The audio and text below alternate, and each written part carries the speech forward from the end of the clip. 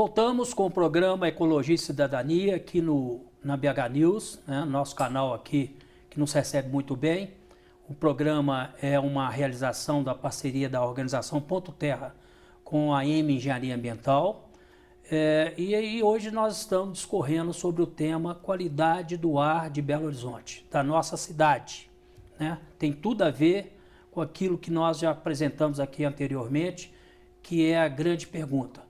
Que cidade nós queremos para nossas famílias, para nós, para os nossos filhos, para os nossos netos? Então, esse programa é muito importante para todos nós, cidadãos de Belo Horizonte. Nós estávamos falando no final do último bloco sobre essas questões das estações, da divulgação dos dados da qualidade do ar de Belo Horizonte. Eu queria dizer para vocês o seguinte, que isso é muito importante. E quando eu estava na Fundação de Parques Municipais de Belo Horizonte, nós com o Rui Bran, que é uma pessoa do clima, né, lá da CEMIG, nós fizemos um teste para verificar como que estava a temperatura de Belo Horizonte no centro da cidade. E fizemos ao mesmo tempo, num dia, ao meio-dia, nós medimos a temperatura lá na Praça 7 e ao mesmo tempo medimos dentro do Parque Municipal. Sabe qual foi a diferença de temperatura? 4 graus. Por quê? Foi o problema da vegetação. Mostra que a vegetação é importantíssima, tanto para a temperatura, mas também para a qualidade do ar, né? Ela tem muita importância. Nós já falamos que essa questão do ar de Belo Horizonte, ela tem os microclimas, né? Nós temos realidades diferentes dentro da nossa cidade, no nosso entorno, mas nós temos ali, parece ali na área hospitalar, que é uma região crítica, sabe? Por vários fatores. Eu gostaria que o Francisco nos falasse sobre isso. Bom, a gente está falando de poluição, a gente está falando da origem dela. A origem normalmente é a combustão do combustível fóssil aí, né?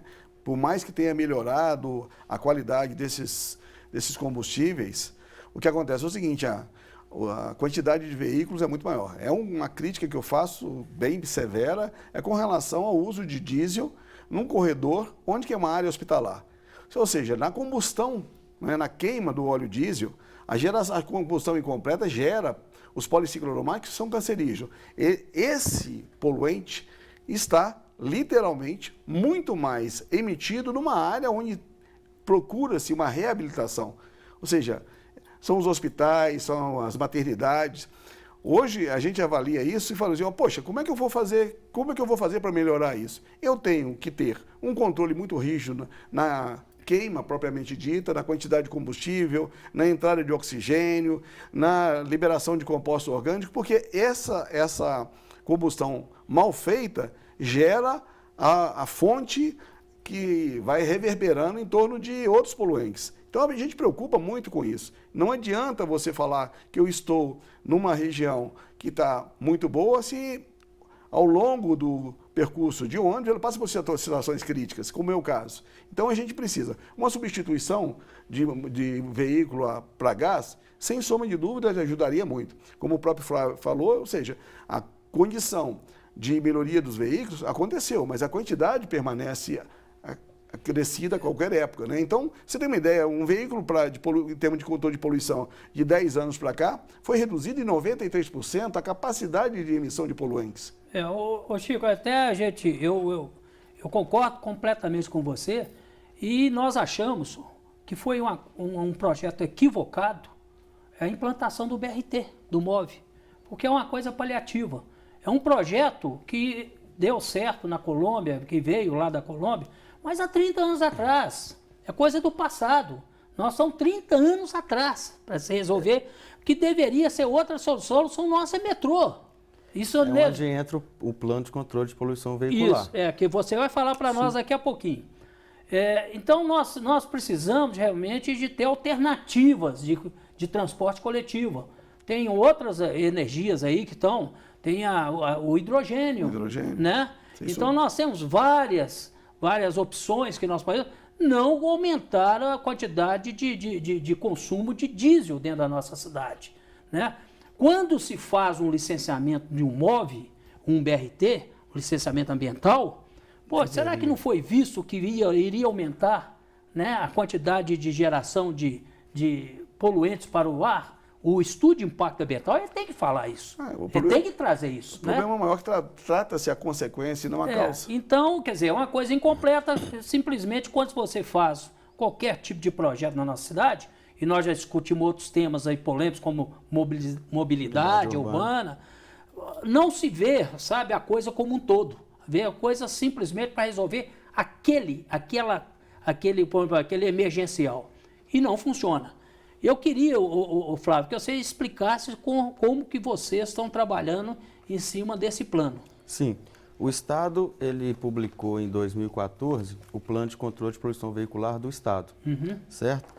E ele prevê justamente a viabilidade da mobilidade urbana, porque ele entende que o congestionamento nos grandes centros urbanos são os principais vilões para a degradação da qualidade do ar. E as ferramentas propostas pela FEAM para gerar cenários e proposições de melhoria, ele busca justamente isso, é pegar uma área com um corpo sensível, seja enfermo, seja criança ou idosos, e avaliar aquela área de forma a não permitir que aquelas emissões ocorram ali. Seja ela na substituição de combustível, na retirada, por exemplo, de uma via de acesso de trânsito de veículo individual, colocar veículo, por exemplo, movido a gás, a hidrogênio ou qualquer fonte limpa que não cause esse mal à saúde.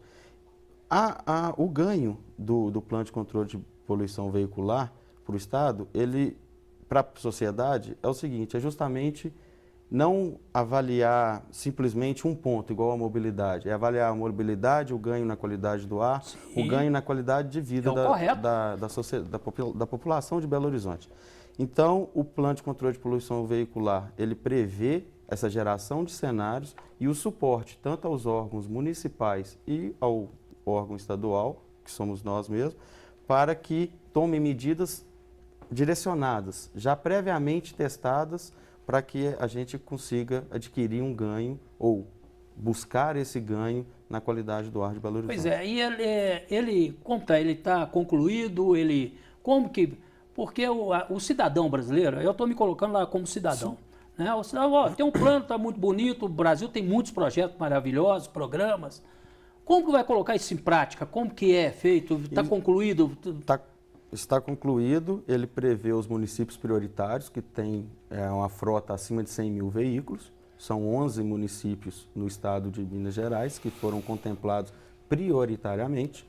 Só que todos os municípios acima de 20 mil veículos na sua frota devem fazer a sua avaliação, o seu inventário das suas fontes móveis, porque o estudo ele prevê tanto a caracterização do comportamento da frota, dos seus fatores de emissão, da idade da frota, porque a gente... Quantidade, qualidade, se existe trânsito, se não existe congestionamento, horários de pico, porque a gente sabe que um carro do ano de 89, ele emite 100 vezes que um carro de 98. Então, a gente tem condições de simular cenários da seguinte forma: eu tiro a frota antiga, insiro uma frota nova. Qual que é o resultado? Eu tiro um ponto de congestionamento e gero um ponto de fluidez. Qual que é o resultado? Essa é a busca do plano que nós iniciamos agora com a Prefeitura de Belo Horizonte como piloto, só que os 10 demais municípios já estão bem adiantados no seu levantamento das informações, para que essas informações cheguem à FEAM até o final desse ano, para que a gente comece a simular esses cenários e propor medidas para todos esses 11 municípios prioritários. Boa notícia. Gente, nós temos um pouco mais de 2 minutos e meio para terminar o programa. Eu gostaria, Francisco, você gastasse 1 minuto aí, o que você acha importante falar, passar para o nosso telespectador sobre essa condição do ar nossa aqui? Eu acho que o princípio que nós estamos fazendo é o seguinte, né? É minimizar impacto. É isso que a gente tem que fazer. A primeira coisa. É carro bem cuidado, tudo isso vale a pena.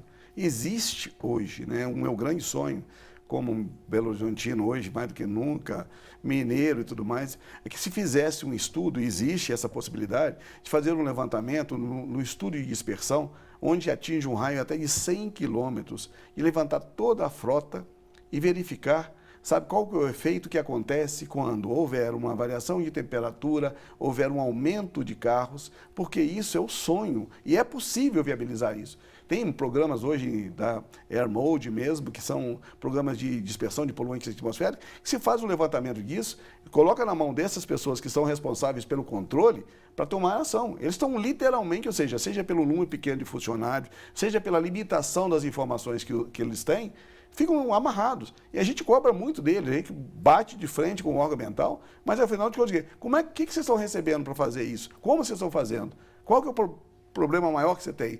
É gerenciar isso. E existe modelos matemáticos capazes de fazer um levantamento desse e dar para a população e tudo mais, até estado de calamidade, se acontecer, tomar as decisões corretas. Isso nós precisamos mais do que nunca. Flávio, seu recado. Pegando um gancho na conclusão do Francisco, é que a Fundação Estadual do Meio Ambiente vem trabalhando com modelos de dispersão para que a gente possa justamente gerar esse cenário. Esses cenários são simulados através de modelos de dispersão, o Air Mode, como bem citado pelo Francisco, para que a gente possa dar soluções, apesar da infraestrutura do Estado não ser a esperada pela população, mas dar o mínimo de respaldo e de segurança para a população de Belo Horizonte quanto à qualidade do ar que ele está respirando. Eu quero dizer para vocês, nós temos falado isso muito aqui no programa, e eu sou oriundo da Fundação Estadual do Meio Ambiente. Me orgulho muito porque eu sou um dos fundadores da FEAM, da Fundação Estadual do Meio Ambiente. É como uma filha para mim. Mas nós estamos precisando, senhor governador, estou falando para o senhor, já trabalhamos com o doutor Fernando Pimentel na Prefeitura de Belo Horizonte. Precisamos cuidar do nosso sistema estadual do meio ambiente, tá? Ele está sucateado.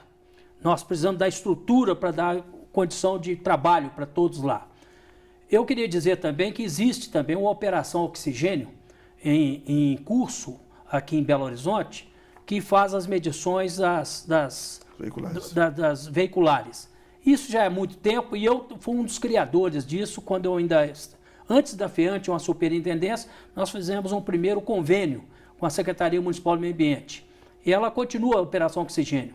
Mas também não tem estrutura suficiente, porque o que a gente vê nas ruas todas as horas é os canos de descarga dos veículos, principalmente os coletivos, soltando. Visualmente você vê que realmente a queima do combustível não está sendo eficaz. Além de desperdiçar combustível, você está trazendo combustível para a inalação das pessoas que estão transitando ali. Então nós precisamos cuidar também e rever essa operação oxigênio em Belo Horizonte. Mais uma vez eu gostaria de agradecer a todos, né, pela companhia e dizer que semana que vem nós estaremos aqui discutindo um outro tema de interesse da nossa cidade. Um abraço.